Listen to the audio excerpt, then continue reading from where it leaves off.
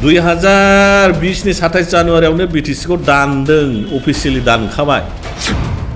BJP UPPL देरहाना थाङोब्ला BTC दान मोननै मोनथामनि उनावनो स्किप जानो थांगासिनो दं Parminas नार्जारी Duaranchal जन Parisangam प्रेसिडेंट BTC हयथ' 2-3 मासनि उनाव स्किप जानो थांगासिनो दं बिसोर देरहाना थाङोबा BTC खौ जों रैखा खालामनो हायाब्ला जोंनि बे हालामाव फैगौ समाव गोसोम जोमै दाखिनाय बायदि सम सफैगोन बे BTC खौ लाबोनाय दानाय दल BPF दलखौ जोङो विभिन्न जाति कम्युनिटिनि मानसिफोरजों लोगोसे जोंनि बर' मानसिफोरा खमसे खम बे दोलोखौ सापर्ट होनानै फैगौ बिसायख'थियाव देरहाहोथारनांगोन नङाब्ला बर'नि जारिमिना भबिष्यतआव गोसोम लिरजानाया सफैसिगौ गसाइगाव जिल्ला BPF दोलोनि मावख'आव Duaranchal जन Parisangam प्रेसिडेंट Parminas नार्जारी बिथाङा खौरांगिरि मेलनि गेजेरजों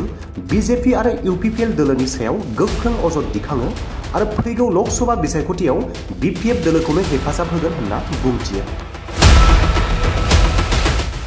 प्रथमावनो गोजोननायखौ जासिहरबाय नोंसोर पर्टेल मिडियाफोर नोंथांमोननो बाथ्राया जाहैबाय दिनैहाय जोङो DGP दलनिफ्राय मोनसे प्रेस मिट लादों जे जोङो थांनाय समफोराव DGP दल Duaranchal जनसंगम परिसंगम होननानै मोनसे दल सालायबोबाय थादोंमोन उद्देश्यआ जाहैबाय मोनसे जे बे दुवार्स हालामखौ लानानै मोनसे आलादा रायजो सोरजिनायनि जुनै जोङो खामानि मावबोबाय थादोंमोन दा बे समाव बोथोरखौ नोजोर होनानै जोङो Duaranchal सानबाय जे जोंनि आलादा रायजो बिनायनि दा मोनसे परिबेस गैथ'आ जायनि जुनै जोङो गतै DGP बा Duaranchal बिग्रा दल संगठनफ्रा जोंनि खामानिफोरखौ दोनथ'नाय जाबाय बाथ्राया जाहैबाय जे BTC खौ रैखाथि होनायनि सार्थआव जोङो मानोना मिन्थिगौ जे जोंनि बे BTC स्क्रेप जानो थांगासिनो दङ मानोना बुंनो थाङोब्ला बे BTC थायाबा जोङो सोरनि जुनैहाय रायजोखौ लाबोनो नागिरदों दा जोङो बेखौनो नोजोर होनानै गोथौयै सिन्ताधारा खालामनानै जों नायनानै नुबाय जे जोङो BTC खौ रैखा खालामनो हायाबा फैगोन समावहाय जोंनि बे हालामा माने गोसोम जोमै दाखिनाय बादि मोनसे सम सफैसिगौ आरो मानोना नोंथांमोना मिन्थिगौ आसाम सरकार आरो बेजों लेङाइ फेङाइ थाफानाय जे दल संगठनफ्रा दिनै सरकार जायफोर सालायनानै दङ बिथांमोना BTR खौ संबिधानिक मर्यादा होनो जुनै पार्लामेन्टआव लांनो थांगासिनो दङ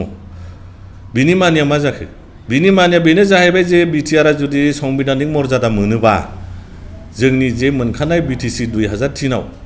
बियो स्क्रेप जानो थांगासिनो दङ मानोना 6 सिडुलनि संबिधानाव मोनसे काउन्सिला मोननै स्टेटास मोना संबिधानिक भाबे मर्यादा मोना अब्ला नोंथांमोना बुजिनानै नायदो नोंथांमोना BTR खौ लानो ना BTC खौ लानो जे BTC नाखि अटल बिहारी वाजपेयी LK एडभानिया बर' आरो बेहाय थानाय गासै कमिउनिटिफोरनो मान सन्मान सहकारे लाल बाती सहकारे मोनसे सेफगार्ड होनाय बुलेट प्रुफ बादि बे लेखानि मानसिफोरखौ अननानै सोबख'नाय नादबनाय गादब जानायनिफ्राय जेन' आसाम हादोरनिफ्राय रैखा मोनो जेन' बे लेखाखौ गावसोरनो खुंथाय खुंनो हायो बे रोखोमै माने पावार फांसन फाइनान्सियेल पावार फांसनजों लोगोसे जे आसाम रायजोआ जे बोसोरखिया बाजेट मोनो से सापस हमना लादो 1 लाख करोड़ बिनि प्रत्येक बाजेटनि सालाना 10% होनांगौ होननानै बे रोखोम फाइनान्सियेल एसिस्टेन्टजों होनायजों लोगोसे BTC खौ गठन खालामदोंमोन दायो नोंथांमोना BTC आरो BTR नि एकर्डखौथ' नोंथांमोना मोजाङैनो मिन्थिगौ जे BTR आव दानि BTR जे बिसोरो इमप्लिमेन्टेसन खालामनो थांगासिनो दङ बेहाय जेबो गैया थगायनानै खालामनाय दिन्थिलायै एकर्ड खालामनाय निश्चय बेवहाय नोंथांमोना बुजिनो हायो बे एकर्डआ मा रोखोम जागोन दिनै गासिबो प्रकाश जाजोब्बाय जे BTC एसे मोजांमोन मान सन्मान सहकारे जायफोर एकर्डखारिफोर बिथांमोनाबो जेल हाजतआव जायफोर दंमोन गासिबो गजोबदों प्रत्येकता तारमाने बुजिनो हायो जे BTC नि दफाफोरखौ रिभिजिट खालामनानै जेन' BTC खौ डाइल्युट खालामनो हायो BTC नि दालाय दासाफोरखौ दानखांजोबनो हायो मानोना हेमन्त बिश्व शर्माया मेगन सानाय दंमोन मानोना जोंनि बे BTC आर्टिकेल 244A मतन मोनसे अट'नमास स्टेट बादि बेबादि खुंथाय गोहोआ जोंनाव BTC आव दंमोन दा बे जिनिसखौ हेमन्तआ नायनो हायामोन जायनि जुनै बेखौ बोरै सिफायनो हायो बे सिफायनायनि जुनैनो BTR एकर्डखौ दिन्थियालासे जायफोर सागानखारि भलाय फुस्लाय धमकि समखि होनानै जेरैखेलाबो साइन टाइन लाहोनानै दा बे खामानिखौ मावनो थांगासिनो दङ नोंथांमोना संबिधान फरायना नायनो हागोन माला स्टेटास मोननै मोना काउन्सिलावलाय नोंथांमोना जुदि BTR जुदि संबिधानिक जाबायबा BTC अटोमेटिक स्क्रेप थारमाने ससान घाटाव थांनो 2-3 मासल'सै दा जुदि BTC थाब्ला जोंनि रैखा खबरसान थायाबा जों सोरनि जुनै रायजो आलादा रायजोखौ बिनो नागिरदों जायनि जुनै जोङो दोनथ'नांगौ बाध्य जाबाय दे नोंथांमोना मिथिगौ अलरेडि गभर्नरनिफ्राय नटिफाइड जाबाय बिटिआरआ दा जायनि जुनै एमपि नांगौ एमपि जायखौ जों देरहाहरगोन जे गुलुं गुजुं जानानै दङ जे पार्लामेन्टआव थिग खालामहैगोन मबेया थिग मात नाट बुलथुआ माखौ मारिनांगौ टाइट खालामनांगौ बिनि जुनै जोंहा प्रतिनिधिनि दरखार दङ जायनि जुनै जोङो बिपिएफ दलखौनो सायख'दों जे जेरैखियालाबो जोङो बिपिएफ दल सारा रावखौ नुहुराखिसै जे बे एलेखानि गथाय जाति भाषाखौ दैदेनलांनो हानाय खुंथाय खुंलांनो हानाय गावनि गोहोजोंनो आसाम सरकारा हद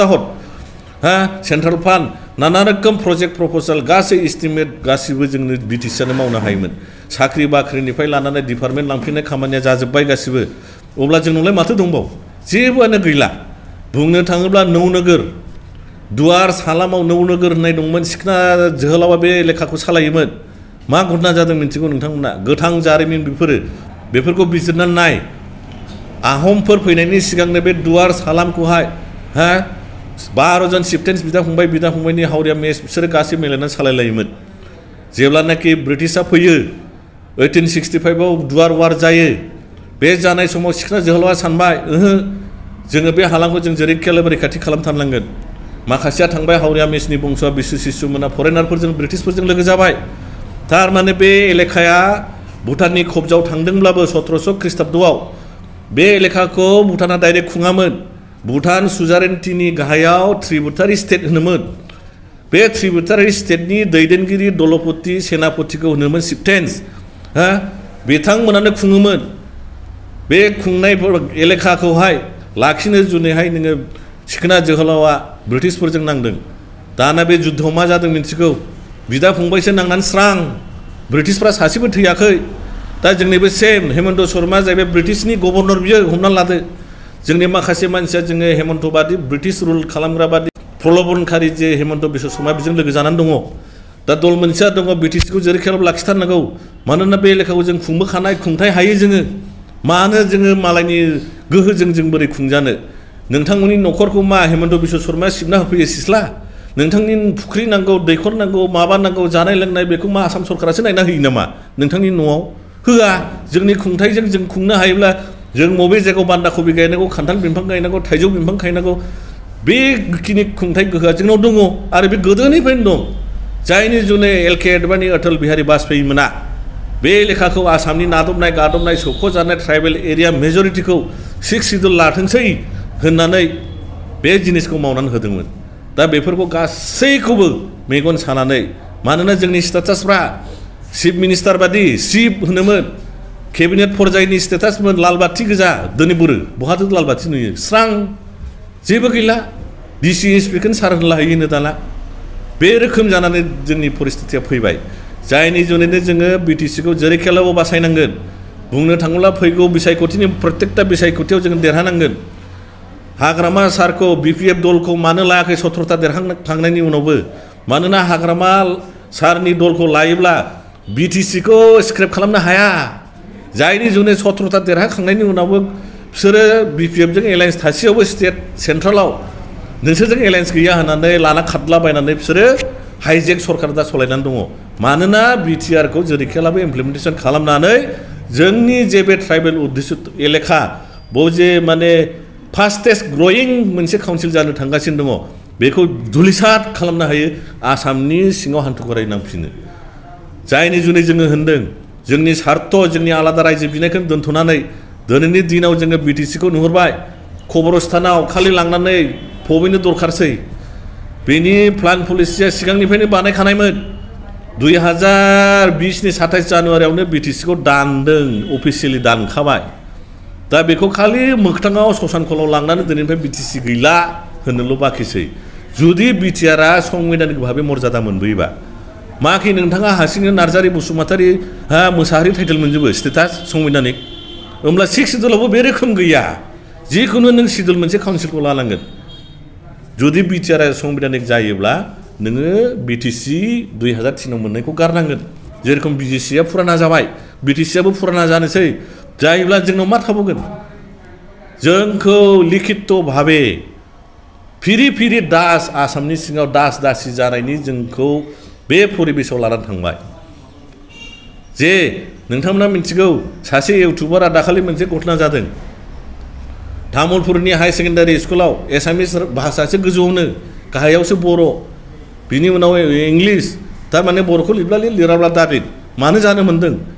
जोंनियाथ' 2003 माथो बर' भाषाया 8 सिडुलाव हाबनाय मानो डिग्रेड जायखो मानोना बिटिआरआव लिरदों ओहो जोंनो 8 सिडुलनि मर्यादाखौ नाङा जोंनो आसामाव एस'सियेट लेंगुवेज होब्लानो जाबाय नङा होमबा जायनि जुनै एसामिसफ्रा बुंदों ओहो नोंसिनाथ' एस'सियेट भाषासो बय एसामिससो थागोन गाहायाव बर' इंराजि थागोन खोथाथ' सैथो जोंनि मानसियानो बे रोखोम लिरनानै लाबोबाय अब्ला बिटिसिआ स्क्रिप्ट जायोबा नोंने 2003 मोननाय 8 सिडुलाव हाबनाय भाषाबोनो स्क्रिप्ट जानो थांफागासिनो दं मानोना बेखौ रिभिजिट खालामनानै जोंनि एस'सियेट भाषासो होनबाय जायनि जुनै एसामिस आखरै लिरजोबनानै दङ जेरावबो अफिसावबो गासैबो सेक्रेटारियेट बिटिसिआवबो लिरजागोन फैगौ समाव जायनि जुनै हेमन्तआ होनदों नोंथांमोना मानो रागा जोंदों आजिरफ्रा बर'लेण्ड आजिरफ्रा নহ'ব আমার অসমীয়া মানুহবিলাক ঢোল ফুটাকা বমহে বজাব লাগে ফূৰ্তি কৰিব লাগে जायनि जुनै जोङो होनदों जे जोङो बड'लेण्डखौथ' बिसोरो गोदोना सिमब्रिनानै खबरस्थान होनानै दिल्लीयाव फबना गारबोबाय 27 तारिख खालि दा मोनखानाय बिटिसिखौबो दानि समाव बिटिआरनि मुङै बिटिआर भुटनि नामै मलग्लब जोबनानै जे जोंखौ सिरिस्थायनि एग्रिमेन्ट पिस एग्रिमेन्टनि नामै बर'फोरखौ आबार आसाम रायजोनि सिङाव हान्थु खरायनानै बिबा बायनानै जेन' जानाङो बे परिस्थितिखौ दानि एबसु आरो UPPL बिनि सहयोगी जायफोर जेसेबां दल संगठन दङ बे खामानिखौ मावगासिनो दङ नोंथांमोना रोङाब्ला बुजियाब्ला सोंनानै ला जोंनि मा जायगोन भबिष्यतआ बिटिसि बिटिआरखौ लायोबा दा रायजो राजाफोरनि सायाव जोंखौ होनगोन जे नै बेबो बिपिएफनि दालाल जानानै फैलायबाय जों होनाखै बेखौ नोंथांमोनानो बिबिसना खालामनानै नाय 6 सिडुल संबिधानफोरखौ फराय बिटिसिआ हयथ' 2-3 मासनि उनाव स्क्रिप्ट जानो थांगासिनो दं बिसोर देरहानानै थाङोबा जायनि जुनै जोङो जेरै खेलाबो बे बिटिसिखौ लाबोनाय दानाय दल बिपिएफ दलखौ जोङो विभिन्न जाति कमिउनिटिनि मानसिफोरजों लोगोसे जोंनि बर' मानसिफ्रा खमसे खम बे दोलोखौ सापर्ट होनानै फैगौ बिसायख'थियाव देरहाहोथारनांगोन नङाब्ला बर'नि जारिमिना भबिष्यतआव गोसोम लिरजानाया सफैसिगौ गोजोन्थों